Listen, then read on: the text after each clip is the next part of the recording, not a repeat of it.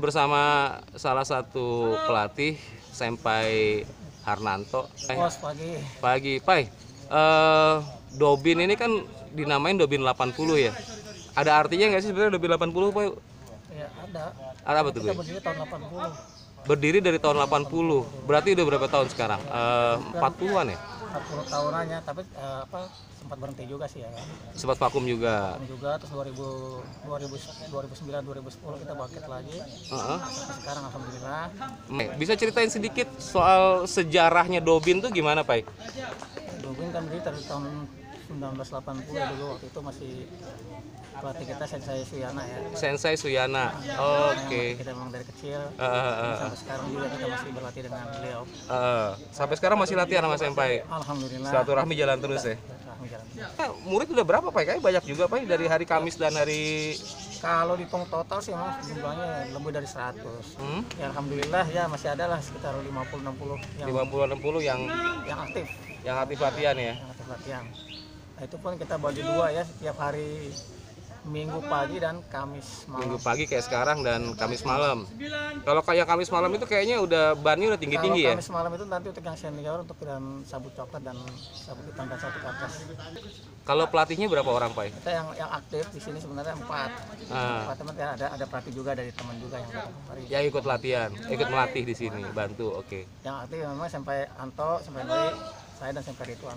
4 orang itu orang-orang Pesanggerahan semua.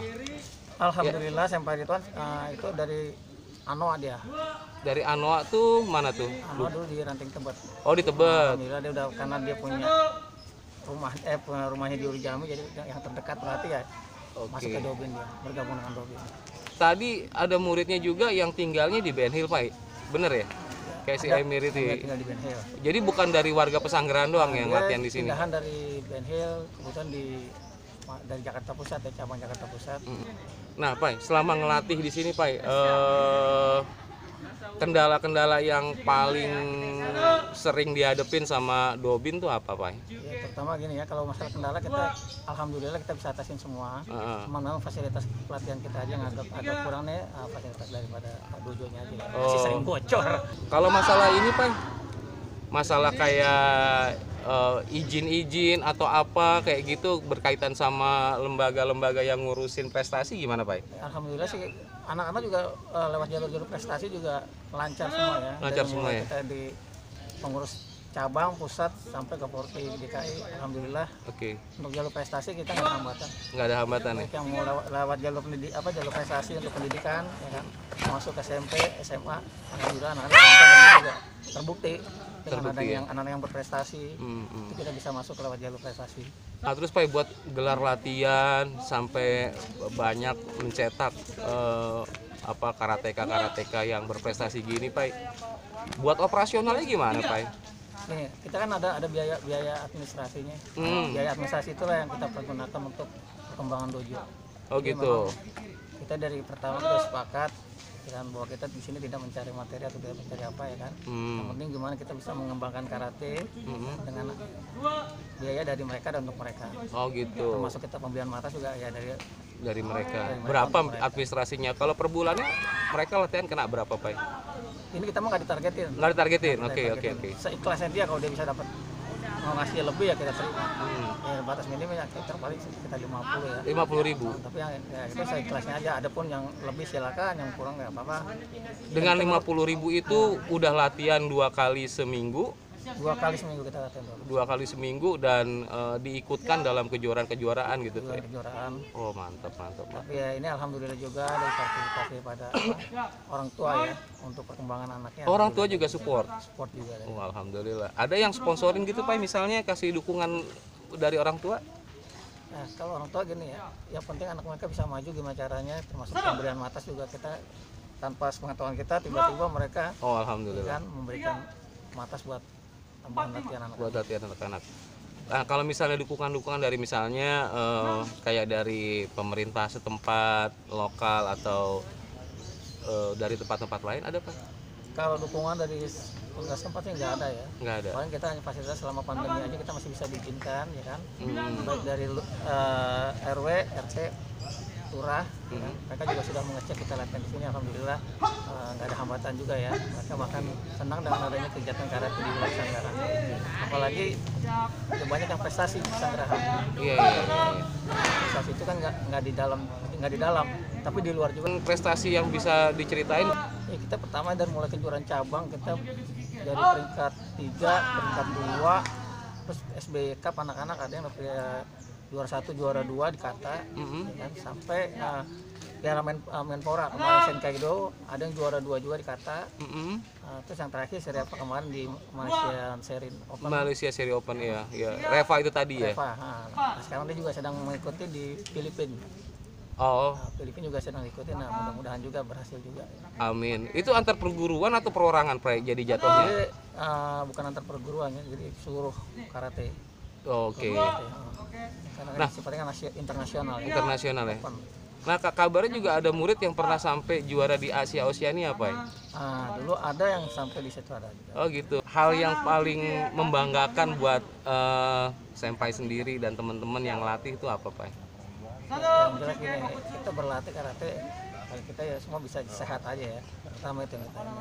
Oke. Kita juga ngebina anak-anak supaya apa sih karate itu kan, supaya anak-anak juga tahu, dan terutama buat dirinya sendiri ya, buat dirinya sendiri yang identik dengan karate itu kan apa, bela diri ya, melindungi diri. Ya, gitu. Paling berat dia dihadapin sama pelatih-pelatih Dobin tuh. Kalau kendala sih kita nggak ada ya, karena kita buat enak aja sih latihan. Dibawa enak ya. Oke. Mau berapa kali tiap hari latihan juga kita bawa enak aja. Ya prinsipnya gini, karate latihan. Iya sih, betul. Nah, mungkin terakhir, Pak, harapan dari senpai Ato sendiri dan teman-teman di Dobin apa nih? Ya harapannya sih gini, karate di Dobin mudah-mudahan bisa lebih maju ya, lebih maju, bisa go internasional anak-anaknya, bisa berkembang di luar dan bisa membanggakan orang tuanya juga. Orang tuanya paling pentingnya. Oke, senpai Ato, terima kasih waktunya. Makin sukses juga buat Dobinnya ya. Bos.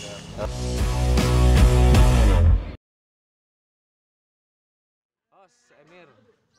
Emir udah berapa tahun ikut latihan karate di sini? Mau 2 tahun. 2 tahun ya? Kalau mulai dari 2014. 2014. Udah di sini di Dobin? Belum dulu. Oh, dulu bukan dari pindahan berarti.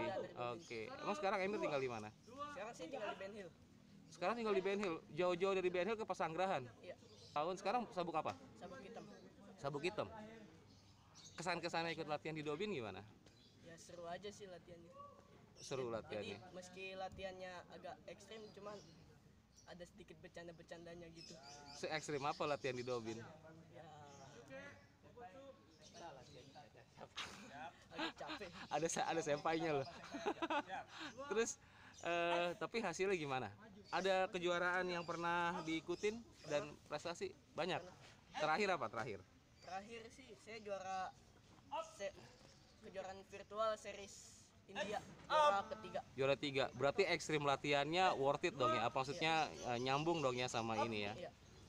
Oke. Harapannya buat diri Emir sendiri ikut karate ini apa? Ya agar bisa membela diri. Kasih buat senpai, Bu. Soalnya tanpa pelatih saya nggak bisa apa-apa. Oh gitu. Halo host Reva. Halo, Apa kabar Reva? alhamdulillah baik. Reva, mau tanya-tanya. Udah latihan di Dobin ini udah berapa tahun? Aku latihan di Dobin dari umur 4 tahun. 4 tahun. Sekarang umur berapa? Sekarang aku umur 14 tahun. 14 tahun, udah 10 tahun latihan. Tapi aku sempat berhenti 2 tahun. Oh, berarti total 8 tahun latihan di Dobin. Ya, kurang lebih sih. Oh gitu. Apa sih yang bikin Reva suka sama karate itu? Terus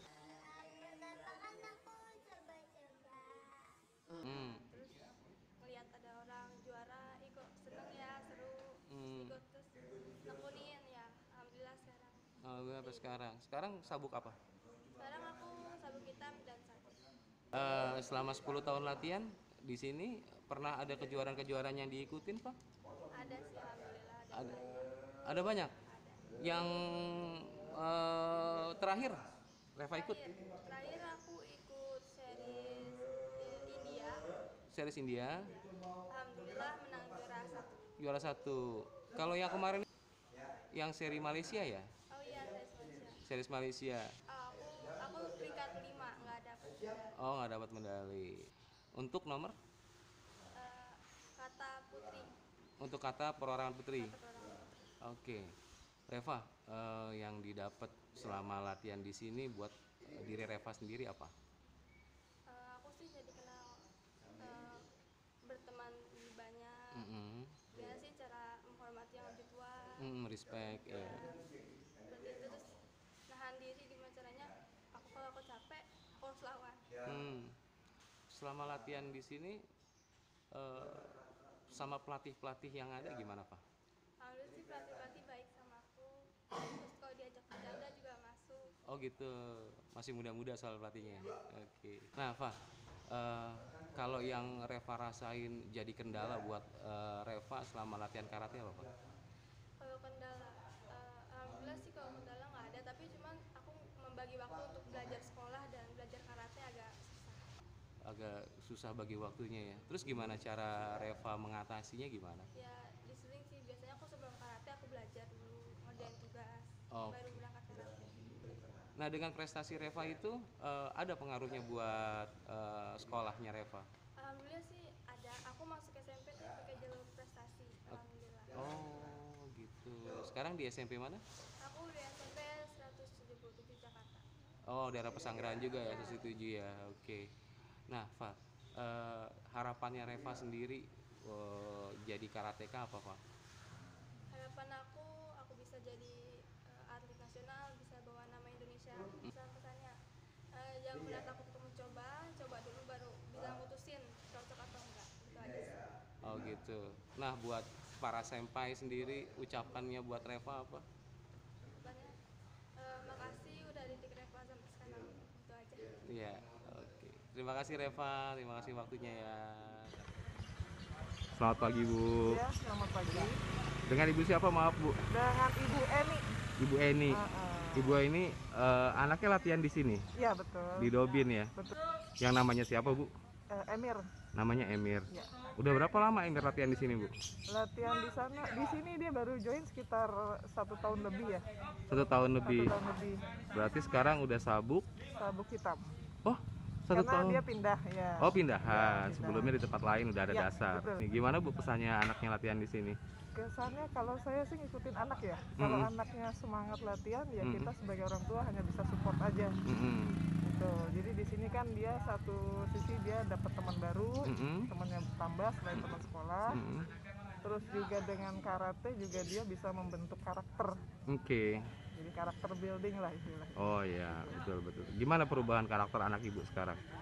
Menurut saya sih membaik ya. Membaik. Dari satu percaya dirinya, keyakinannya, itu mensupport sekolah prestasinya dan sosialisasi dia. Oke.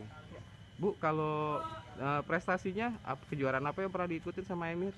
Beberapa kejuaraan nasional pernah diikutin, seperti open turnamen atau seleksi di seputar perguruan sendiri.